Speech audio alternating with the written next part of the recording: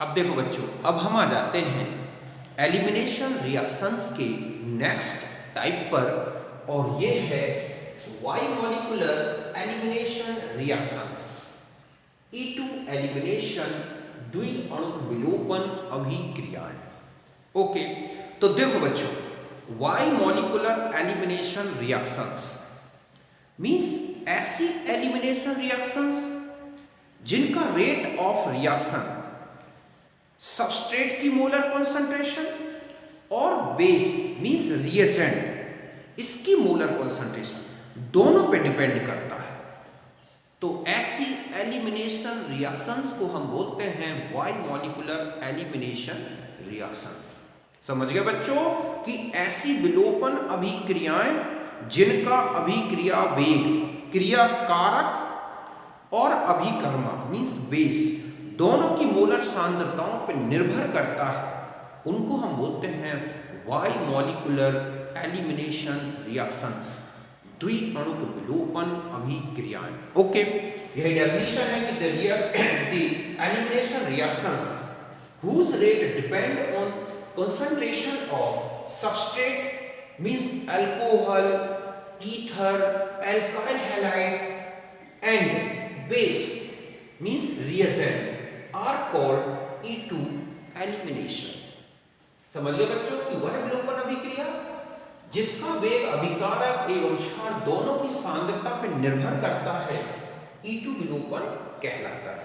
Okay, suppose ये हमारे पास एक एलिमिनेशन रिएक्शन है जिसमें यह है हमारा सबस्ट्रेट एल्काइल हैलाइड, ये है रिएजेंट मींस बेस, इन दोनों में रिएक्शन हुई और हीट की प्रेजेंस में होती है बच्चों, तो ये एल्कीन बनी और इस तरह से प्रोटॉन और हैलाइड ग्रुप रिमूव हो गया। तो यहाँ पर जो रेट है बच्चों, जब इस सबस्ट्रेट मींस एल्काइल हैलाइड और इस बेस दोनों की मोलर कंसंट्रेशन पर डिपेंड करता है, तो ऐसी रिएक्शन क्या कहलाएगी? Bimolecular elimination reaction. इसकी जो मॉलिक्यूलरिटी होगी वो 2 होगी, इसका जो ऑर्डर होगा रेट, ठीक है, ऑर्डर ऑफ रिएक्शन वो भी क्या होगा? 2 होगा।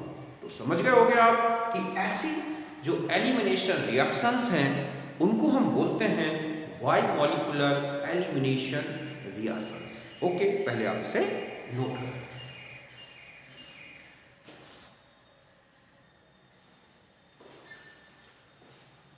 अब देखो बच्चों, अब हम आ जाते हैं E2 एलिमिनेशन रिएक्शंस का एक मैकेनिज्म देखते हैं। ओके, तो देखो बच्चों, ये है हमारे पास substrate means reactant, okay, alkyl halide, और ये है प्राइमरी नेचर का, तो यहां पर ये है अल्फा पोजीशन और ये क्या है? Beta position. जहां फंक्शनल ग्रुप है वो है अल्फा, ये है बीटा। ओके, यहां पर ये है बेसिस, या तो OH माइनस या एल्कोक्साइड, टर्सरी एल्कोक्साइड, या ठीक है इस तरह से NH2 माइनस अमाइड। तो इस तरह के ये हमारे पास क्या है? एक बेसिस है। इनमें से ये बहुत ही स्ट्रॉन्ग बेस है। अब ये बेस की क्या होता है कि जो बीटा हाइड्रोजन है उसके साथ एक ट्रांजिशन स्टेट बनती है। ध्यान रखें, E2 एलिमिनेशन एक एंटी एलिमिनेशन है बच्चों।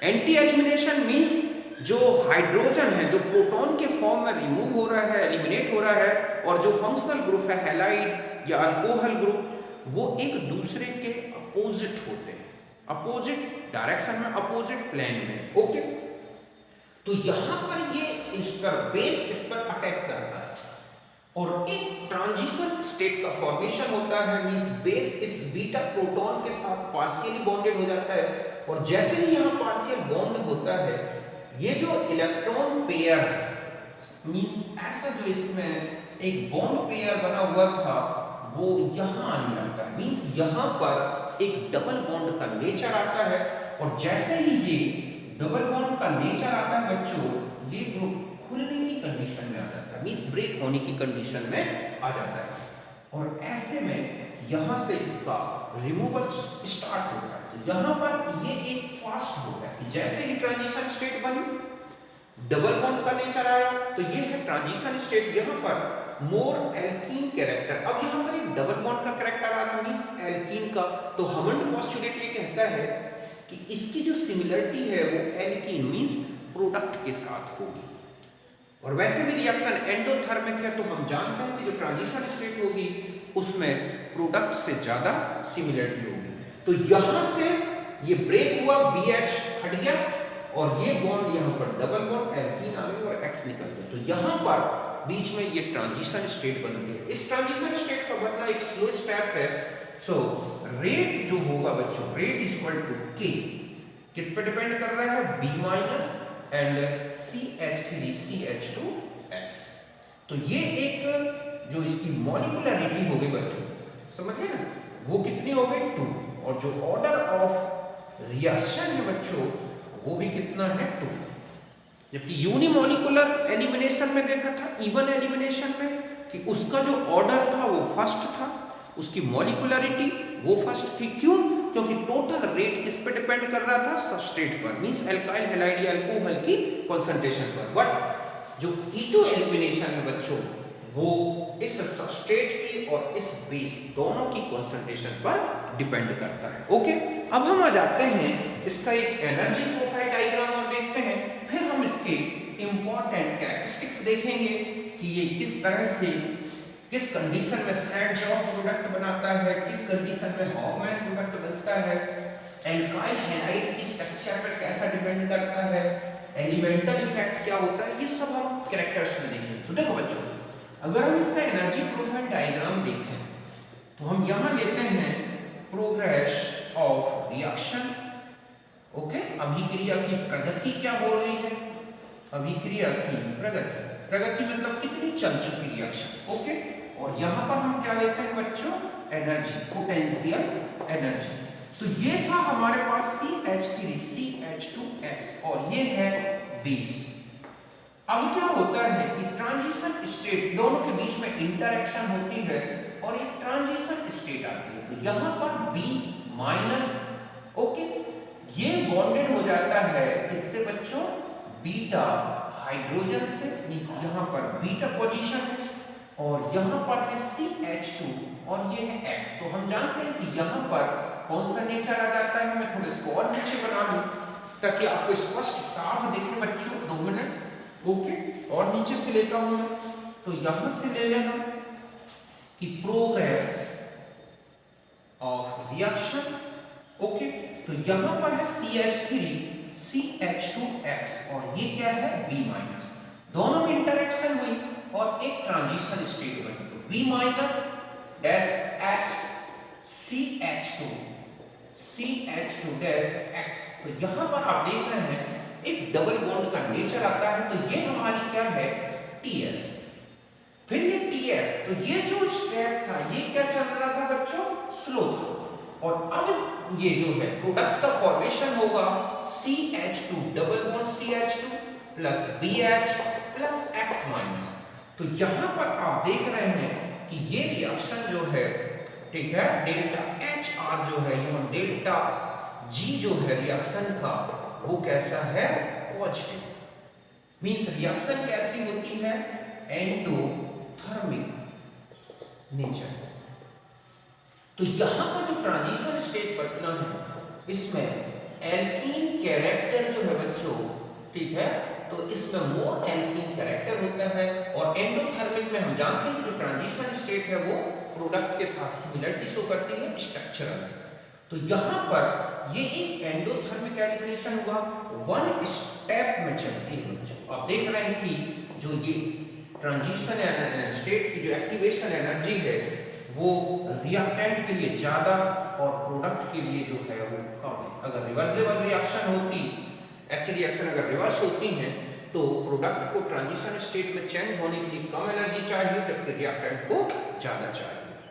तो ऐसे में प्रोडक्ट लेस स्टेबल होता है बच्चों, और रिएक्टेंट जो होता है मोर स्टेबल होता है, क्योंकि ये एंडोथर्मिक है। तो यहां तक आप देखोगे जितने भी E2 एलिमिनेशन होंगे वो 1 स्टेप, ठीक है, रिएक्शंस होंगी और proceeds with the formation of transition state, संक्रमण अवस्था के निर्माण के साथ चलती है। तो यहां तक आप समझ गए होंगे, आप इसे नोट करें।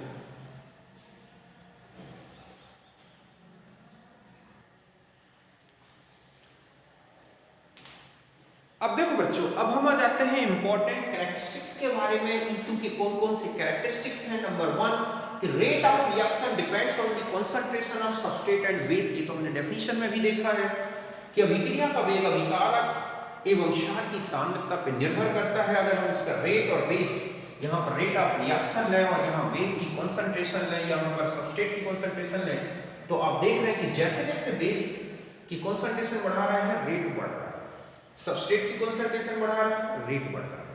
तो इस तरह से ये एक सेकंड ऑर्डर रिएक्शन है। ओके, नेक्स्ट है कि E2 elimination is the beta elimination because Lg group जो है लिविंग ग्रुप है बच्चों, eliminated from alpha position and proton eliminated from beta position. समझ गए बच्चों कि ये एक बीटा एलिमिनेशन मींस Lg जो लिविंग ग्रुप है eliminated from alpha position and proton from beta position. समझ गए बच्चों, यह एक बीटा विलोपन है क्योंकि इसमें जो Lg समूह है वो अल्फा स्थिति से, जो प्रोटॉन है वो बीटा स्थिति से एलिमिनेट होता है। देखो हम इसको इस तरह से देख सकते हैं कि किस तरह से अल्फा, और अभी आपने ट्रांजिशन स्टेट के फॉर्मेशन में भी देखा कि जो बेस है वो बीटा हाइड्रोजन के साथ एक ट्रांजिशन स्टेट बनाता है। मींस ये है हमारे पास OH plus H CH2 CH2X। तो आप देखोगे कि ये है अल्फा और ये क्या है beta.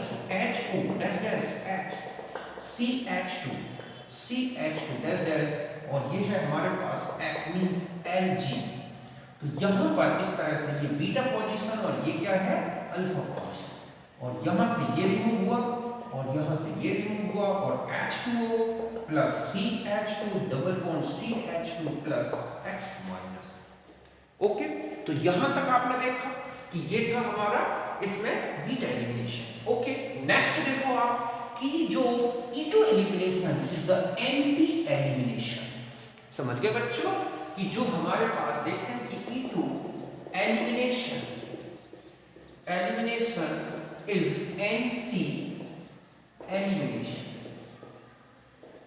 Means proton and Lg are eliminated from opposite plane, opposite sides, हम ये कहें opposite sides of molecule means substrate। समझ गए बच्चों कि जो E2 विलोपन है, E2 विलोपन एक एंटी विलोपन, एंटी समझ रहे हो ना, अपोजिट साइड, क्योंकि proton means H plus and Lg means X जो अणु की विपरीत सतह दिशाओं से ठीक है हटते। तो ऐसे देखोगे आपने देखा HO डैश डैश H और यहां CH2 और ये है क्या। तो आप देख रहे हैं कि यहां से ये और यहां से ये, तो ये एंटी क्या है बच्चों, एंटी एलिमिनेशन। और यहां CH2 double bond CH2 plus H2O और प्लस क्या X माइनस। ओके, अब आप देखें कि अगर कोई रिएक्शन ऐसी ली जाए जिसमें एंटी हाइड्रोजन ना हो या एंटी ग्रुप्स ना हो तो उनमें एलिमिनेशन नहीं होगा। एक रिएक्शन से देखते हैं, सपोज हमारे पास ये एक रिंग है, इसमें आप देखें कि यहां पर X है और यहां पर H है और यहां पर एक CH3 ग्रुप है। ओके, यहां पर CH3 है, यहां CH3 है और यहां पर भी हमारे पास CH3 है। तो अब आप देखोगे कि ये जो X ग्रुप है और ये जो H ग्रुप है ये अपोजिट साइड में होने चाहिए। ये X यहां से H नहीं ले सकता क्योंकि यहां दोनों आप देख रहे हैं मिथाइल ग्रुप है, यहां कोई X नहीं है। तो इसमें अगर हम KOH अल्कोहलिक लें तो आप देखोगे नो एलिमिनेशन।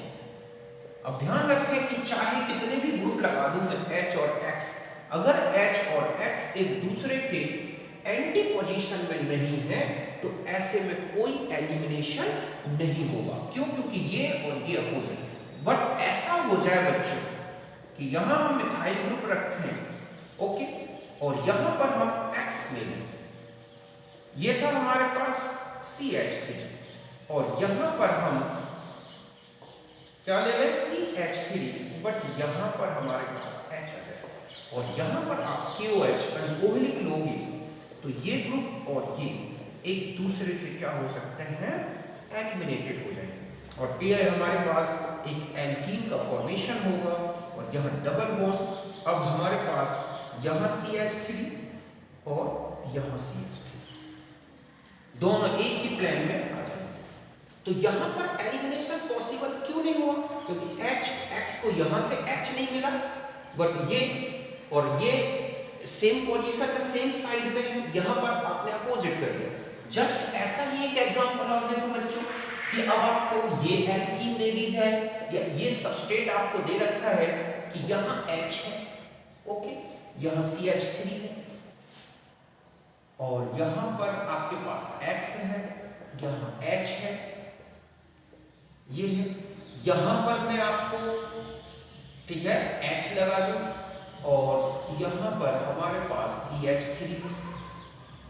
अब आपसे कहा जाए कि एलिमिनेशन कराना है तो आप देखोगे कि ये और ये सेम साइड में है, तो यहाँ तो एलिमिनेशन नहीं हो सकता, बट ये और ये अपोजिट साइड में है बच्चों, ओके। तो यहाँ से एलिमिनेशन होगा और हमारे पास जो डबल बॉन्ड आएगा वो यहाँ पे आएगा और यहाँ ये CH3 और यहाँ पर H और यहाँ पर आपके पास CH3 और यहाँ H बना रहेगा। क्यों?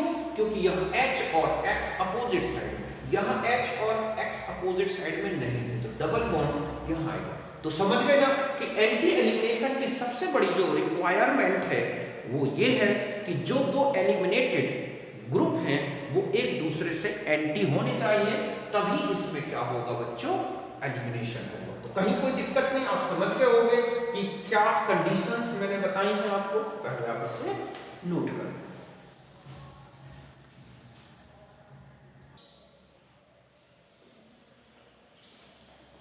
अब देखो बच्चों, अब हम आ जाते हैं नेक्स्ट प्रॉपर्टी में कि रिएक्टेंट जो है वो एक ही रिएक्टेंट अब क्या कर सकता है, डिफरेंट एल्कीन्स बनाता है। Two or more types of alkenes are formed from same type of reactant. Then product according to Sadjaff rule produced in the presence of smaller base या poor base। समझ गए ना कि अगर थोड़ा सा पुअर है बेस या साइज में स्मॉलर है तो उसमें जो एल्कीन बनेगी वो सैडजैफ प्रोडक्ट के फॉर्म में, मीन सैडजैफ प्रोडक्ट मेजर प्रोडक्ट होगा।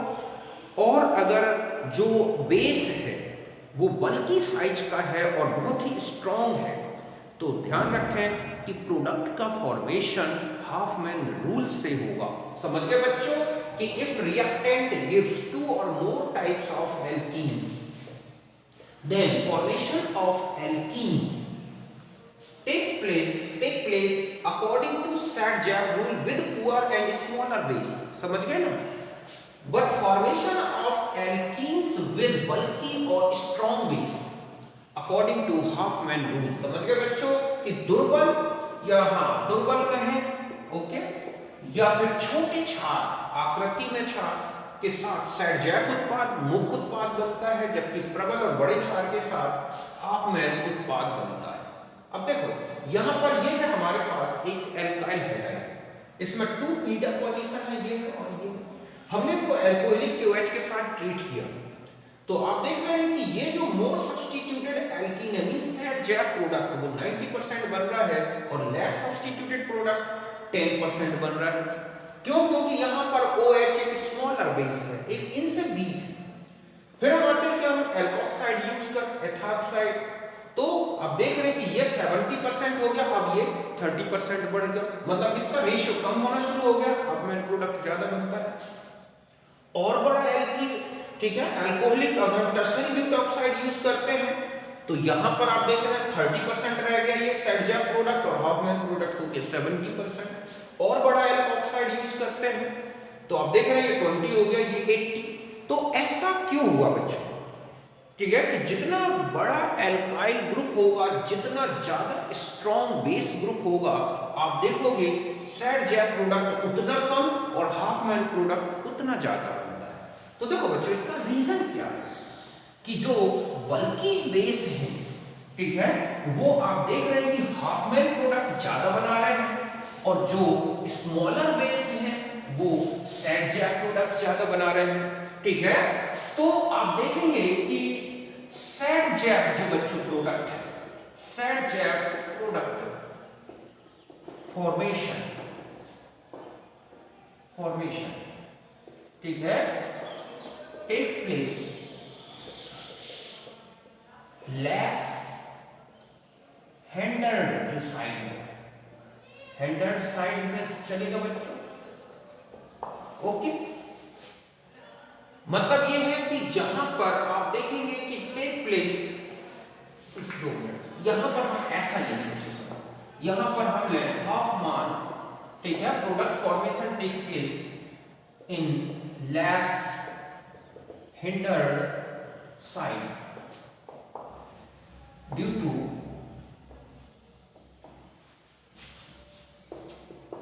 steric hindrance with bulky base, but smaller base not hindered by, ठीक है, bulky अल्काइल। समझ गए बच्चों कि जो आपने देखा कि जब बेस बड़ा हो, कि जो हमारे पास हाफमैन उत्पाद कम त्रिविम बाधा वाले भाग से होता है उत्पाद, ठीक है, हाफमैन उत्पाद कम त्रिविम बाधा वाले भाग से निर्मित होता है, क्योंकि जो बल्कि जो बड़े बड़े ग्रुप है, बल्कि बेस अधिक त्रिविम बाधा में नहीं जा सकता, जबकि छोटे क्षार के साथ त्रिविम बाधा नहीं होती। समझ गए ना बच्चों कि Hofmann product formation takes place in less hindered side due to steric hindrance with bulky base, but smaller base not hindered by bulky alkyl group. Means यहां पर अगर हम आते हैं CH3 CH2 CHX और ये है CH2H, तो यहां से बच्चों आप देखोगे कि जो टर्सरी ब्यूटा ऑक्साइड ग्रुप है वो अटैक करेगा इस तरफ से, ऐसे। ये अटैक जो है इसके साथ हम ये कहें कि ये हमारे पास बीटा हाइड्रोजन है, बीटा यहां पर भी है बीटा, तो ये मोर हिंडर्ड साइड, मोर स्टेरिक हिंड्रेंस।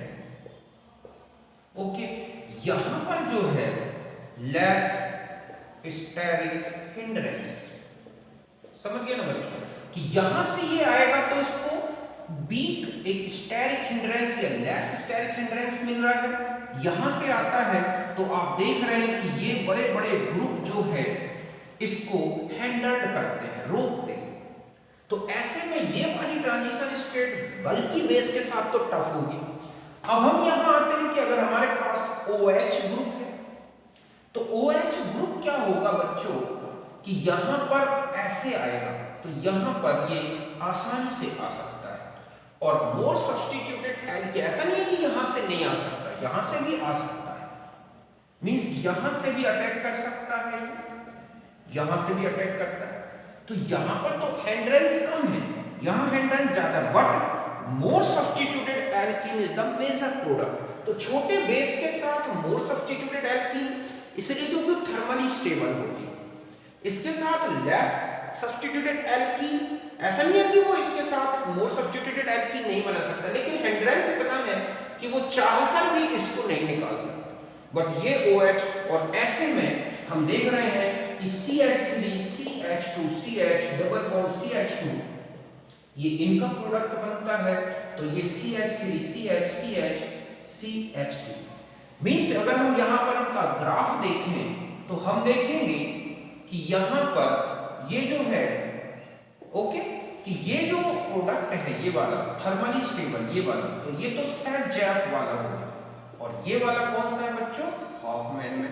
तो SADJF थर्मली, तो हम इसका ग्राफ देखेंगे ना कि इसके लिए ट्रांजिशन स्टेट ज्यादा आएगी, इसकी ट्रांजिशन स्टेट कम एनर्जी वाली होगी। तो अभी आप यहाँ अच्छी तरह से समझें कि जो सीधा सा है, इतना सा याद रखना है कि जो बल्कि बेस है वो लेस हैंडेड साइड से आते हैं, स्मॉलर बेस भी लेस हैंडेड साइड से आ सकते हैं, बट इस साइड से इसलिए क्योंकि ये ज्यादा थर्मली स्टेबल एल्कीन का फॉर्मेशन करते हैं।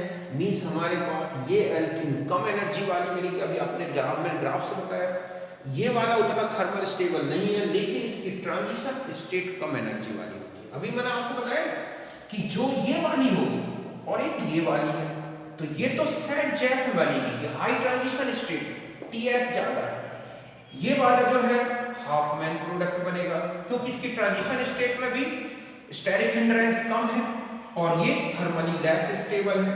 तो ये ग्राफ आएगा। अगर हम SADJF प्रोडक्ट की बात करें तो ये एक यहाँ पर आप देख रहे हैं कि हिंड्रेंस ज्यादा है, ट्रांजिशन स्टेट बनने में इसको क्या होगा बच्चों, ज्यादा स्टेरिक हिंड्रेंस आता है, बट यहाँ पर ये मोर स्टेबल प्रोडक्ट का फॉर्मेशन करता है। तो SADJF और इसके लिए अगर हम एक ग्राफ देखें तो ये बनते हैं। तो आप समझ गए होंगे कि SADJF प्रोडक्ट ज्यादा थर्मल स्टेबल प्रोडक्ट बनाते हैं, मोर सब्स्टिट्यूटेड एल्कीन, तो भले उनकी ट्रांजिशन स्टेट हाई एनर्जी के हैं लेकिन स्टेबल प्रोडक्ट। जे वाला जो है आप देख रहे हैं इसमें हिंड्रेंस कम है, ट्रांजिशन स्टेट की एनर्जी भी कम है, बट इनका जो प्रोडक्ट है वो लेस थर्मल स्टेबल होता है। तो ये हिंड्रेंस के कारण यहाँ पर पोजीशन पर सब्स्टिट्यूशन करते हैं, मींस यहाँ पर लेस सब्स्टिट्यूटेड एल्कीन बनाते हैं, ये जो है इजी थर्मली स्टेबल प्रोडक्ट बनने के कारण ये वाला प्रोडक्ट बनाते हैं। तो अब आप समझ गए होंगे कि ऐसा क्यों हुआ है। ओके, तो आप इसे नोट करें।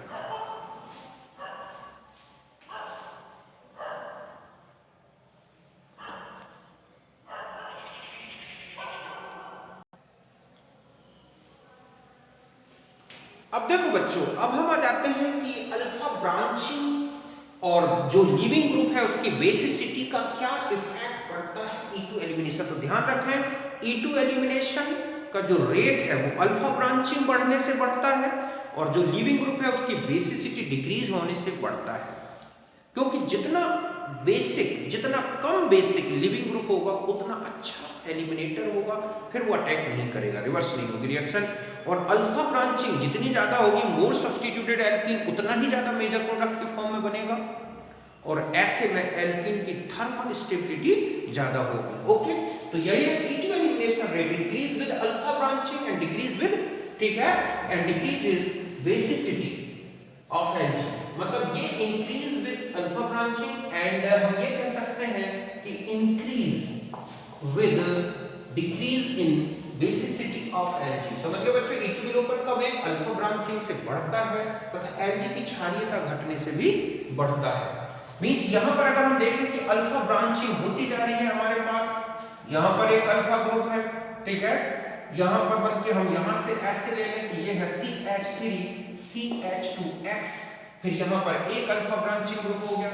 अब यहां पर आप देख रहे हैं कि एक और एक दो है, मतलब यहां पर अल्फा ब्रांचिंग अगर देखें तो एक ग्रुप है, यहां अल्फा ब्रांचिंग में आ जाए तो आप देख रहे हैं दो ग्रुप हो गए, अल्फा ब्रांचिंग में तीन ग्रुप हो गए। तो जितने ज्यादा अल्फा ब्रांचिंग होगी उतनी ही मोर सब्स्टिट्यूटेड एल्कीन का फॉर्मेशन होगा और वो उतना ही फास्ट रेट चलेगा बच्चों। अब इसी तरह से हम यहां आ जाए कि अगर हम हैलोजन के बेसिसिटी के बेस पर देखें तो सबसे ज्यादा बेसिक कौन है, फ्लोराइड, फिर उससे कम क्लोराइड, फिर ब्रोमाइड, फिर आयोडाइड। तो आप देखेंगे कि जितना ही लेस बेसिक हो जाएगा हैलाइड उतना ही E2 का रेट होगा। मींस हम यहां तक चलें तो आप देख रहे हैं कि जो रेट है वो इंक्रीज होगा, क्योंकि एक तो बड़ा हो गया तो बॉन्ड एनर्जी भी कम हो गई, तो ट्रांजिशन स्टेट के बाद निकलना भी इजी होगा। ओके, और यही कारण है कि E2 एलिमिनेशन का रेट बढ़ता है। ओके, तो आप इसे नोट करो।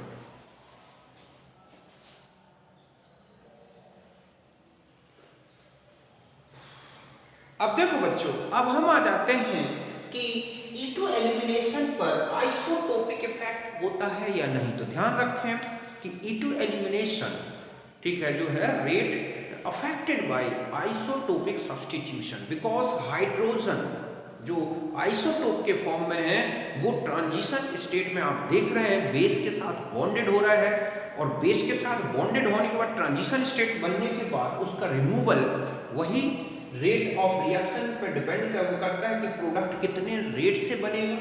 ओके, तो यहाँ पर हम देखते हैं कि समझ गए बच्चों कि E2 के लेवल पर समस्थानिक प्रभाव पड़ता है। कैसे पड़ता है देखो मैं समझाता हूँ। ये है बेस, ओके, यहाँ पर ये बीटा पोजीशन में आप देख रहे हैं H है, और यहाँ पर हमने H का आइसोटोप ड्यूटेरियम का यूज कर दिया। ओके, तो आपको पता होगा कि जो CH प्रोटियम जो है, प्रोटियम और C के बॉन्ड की एनर्जी कम होती है, जबकि CD बॉन्ड की एनर्जी ज्यादा होती है। मींस ये स्ट्रॉन्ग बॉन्ड है इसके रिस्पेक्ट में।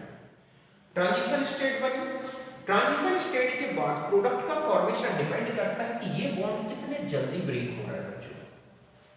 जितने फास्ट ब्रेक होगा उतना ही ज्यादा रेट होगा। सपोज यहाँ का रेट है K1, मतलब BH के रिमूवल का रेट है और एल्कीन के फॉर्मेशन का रेट है K1, और यहाँ पर है ये K2। तो ये देखा गया कि K2 अपॉन K1 लगभग 7 टाइम्स।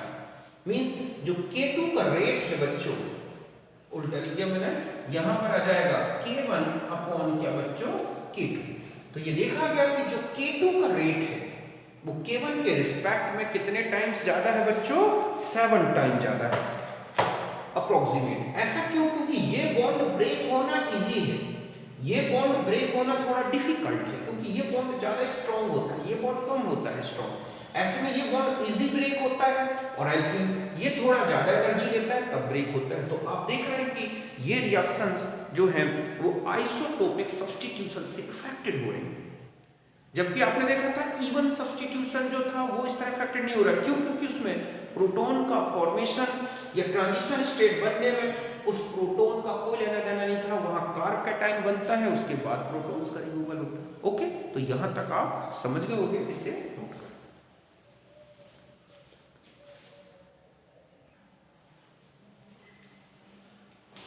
अब देखो बच्चों, जो E2 एलिमिनेशन रिएक्शंस हैं ये भी रिजियो सिलेक्टिव और स्टीरियो सिलेक्टिव रिएक्शंस होते हैं।